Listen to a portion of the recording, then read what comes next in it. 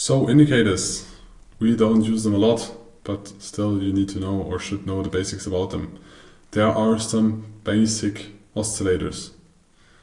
Most of them are mathematical calculations based on past data, so most of the indicators are lagging. We put some in here as an example. The most famous one, you have MACD. I actually cannot explain everything in detail because I don't use it. I never used it. We have Bollinger Bands, which are kind of like a standard deviation and can be useful, but are also lagging as well. We have an RSI, which calculates the strength of candles depending on the previous price movements.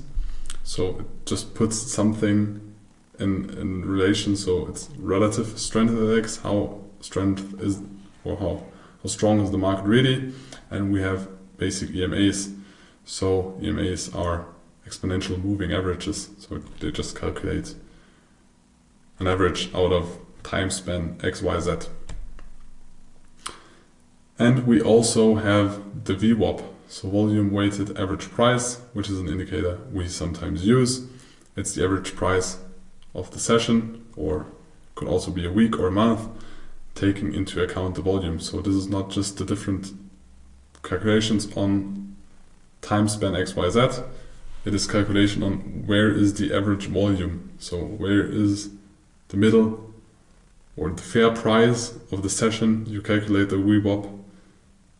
And that is very important for big institutions because they need liquidity, and it tends to show if the fair value or the anticipated and traded fair value of a market is rising or falling.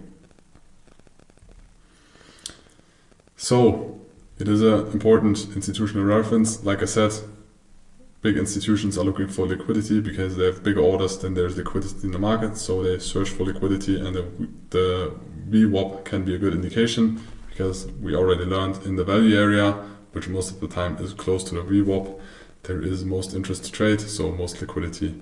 So there's the biggest ability to execute orders without big slippage, so you get better prices. They need a counterparty, so they need a fair price, and price itself needs to get validated by liquidity. And price most of the time spends most time there where there is the most liquidity.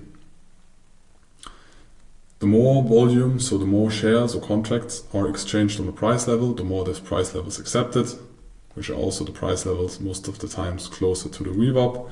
And time spent on a level does not mean that there was interest. The VWAP helps because if there is low liquidity, the price can spend a long time on a level where there's no real acceptance, and then the volume rises again. And maybe the price is not as long in another price area than it has been with low liquidity, but the VWAP helps, and volume always confirms the interest of a price area where it trades or where the market participants accept and agree on one price. So standard deviations, we have the VWAP that is considered as dynamic fair value and considered as the fair price of the whole day, and it's dynamic, it's adapting to the future volume that is traded during the session. But you also have standard deviations of the VWAP, so where most of the contracts are traded, and you can use this, for example, for mean reversion strategies. We went through those in beginner series 100. And mean reversion means you scale in. So price is likely to spend 70% of the time in between the first standard deviations, 95% of the time in between the second standard deviation, and 99% of the time between the third standard deviations.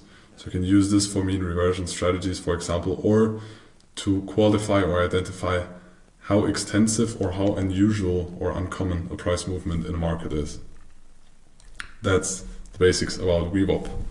Let's continue with the basics of price action analysis.